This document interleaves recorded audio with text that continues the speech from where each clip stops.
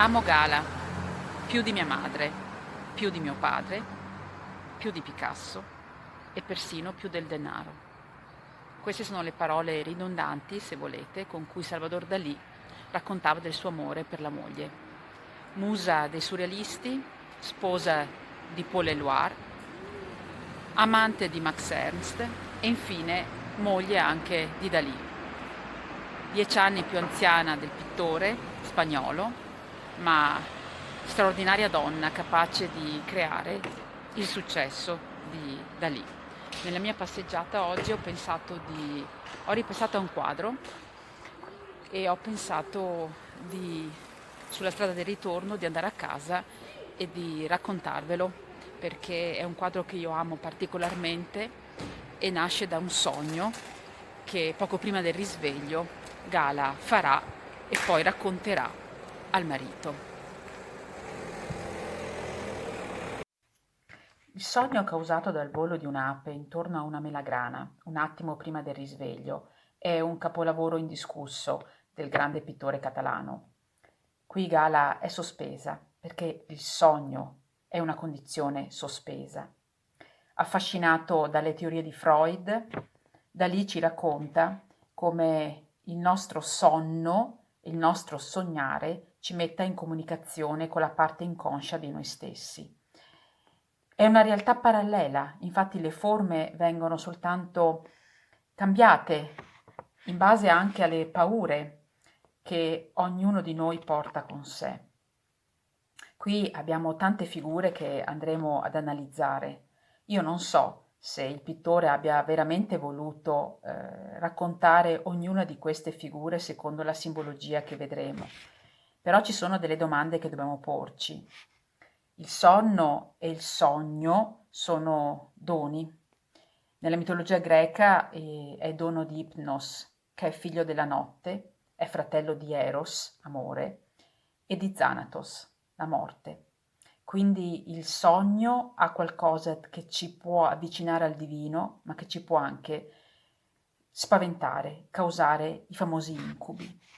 Qui il protagonista principale è l'ape, piccolissima, sotto il corpo bellissimo di Gala, che vola attorno alla melagrana. È simbolo di zelo, è simbolo di regalità. Mi fa venire in mente la scelta di Carlo Magno, no? Proprio dell'ape come simbologia di questo grande personaggio. Ed è anche simbolo di una comunità prospera e operosa. Per i greci è un insetto sacerdotale perché vive evitando le impurità e vive del profumo dei fiori. Infatti anche nella religione cristiana i santi vengono in un certo senso elogiati per la loro eloquenza, nella loro capacità, per la loro capacità di parlare in modo dolce come il miele, per esempio Sant'Ambrogio. L'ape si trova nello stemma di alcune famiglie importanti come i Barberini. Per i Barberini Pietro da Cortona dipingerà con le api una parte di Palazzo Barberini e a Sant'Ivo alla Sapienza, sempre a Roma, la chiesa presenta una pianta a forma di ape proprio in onore di Papa Urbano VIII Barberini. Poi abbiamo la melagrana. E anche qui ce ne sono due, una piccola, quella attorno a cui ruota l'ape, che è quella che si lega all'affetto, all'amore, simbolo chiaramente della donna per eccellenza, no? Rimanda alla mela di Eva. Infatti qui anche Gala è nuda e come vi dicevo è bellissima, ma è in vita col suo erotismo alla fecondazione. La piccola melagrana proietta sulla roccia l'ombra a forma di cuore e penso si veda molto bene, è il simbolo dell'amore che Dalì ha per la propria moglie. L'altra melagrana più grande, sopra l'oceano, sopra il vasto mare, invece è aperta e fa intravedere la ricchezza dei semi. Due di questi semi cadono nell'acqua e questo ricorda alcuni miti di creazione che si trovano nell'antica Grecia, ma si trovano anche nell'estremo oriente, in Giappone per esempio. Quindi l'erotismo, la fecondazione, la fertilità sono legati a questo frutto particolare. Dalla melagrana più grande esce un pesce mostruoso, la cui iconografia era già stata rivoluzionata da Hieronymus Bosch nelle Tentazioni di Sant'Antonio, 1501, conservato a Lisbona. E, ed escono da questo pesce mostruoso, altro incubo della donna, o comunque altro incubo presente nel quadro, due tigri, simbolo di forza, ma anche simbolo di forza maschile fecondatrice. Così torniamo anche al senso dei due piccoli semi che cadono nell'acqua fecondandola.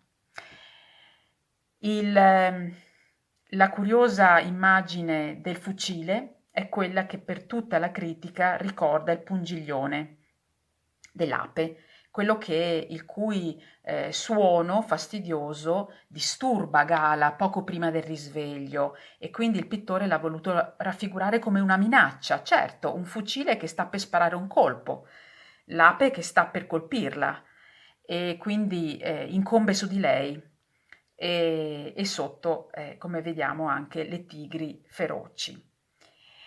Lascerei stare il significato del fucile come simbolo fallico, perché io non credo che qui si sia voluto raffigurare in questo modo. Dietro il bellissimo elefante, con queste lunghe zampe da cavalletta, la paura conosciuta del pittore per questo insetto, porta proprio a raccontare nelle lunghe gambe questa particolarità di un elefante che lui riprende sicuramente dal famoso elefante a Roma del Bernini, che si trova in piazza Minerva e che qui porta un obelisco sulle spalle, sulla groppa, insomma, l'obelisco che è simbolo di regalità, anche questo. Nell'antico Egitto era sede proprio della divinità.